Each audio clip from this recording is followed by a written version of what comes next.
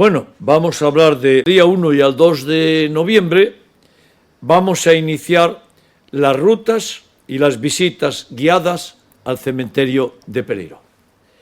Bueno, esto es una actividad cultural de gran arraigo, de mucho éxito, y el martes, día 12, vamos a abrir el plazo de inscripción para las visitas guiadas al cementerio de Pereiro.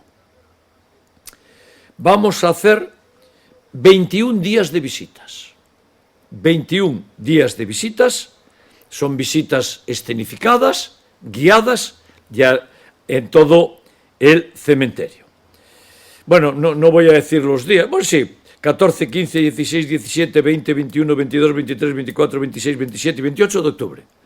Y 4, 5, 6, 7, 10, 11, 12, 13, 14 de noviembre. Vale, las pasaremos por escrito y las podréis sacar en los medios, ¿no? Hay que inscribirse. Las inscripciones, decía, que van a empezar el día 12 de octubre, se harán en una página web que ya sabéis cuál es. El plazo se abrirá, el 12 de octubre abrimos el plazo para la primera semana, ¿vale? Por tanto, el día 12 de octubre lo abrimos para la semana del 12 de octubre y estará abierto el plazo de 9 de la mañana hasta las 14 horas del día de la visita que se seleccione. Las visitas son gratuitas, son guiadas, escenificadas y completamente gratuitas.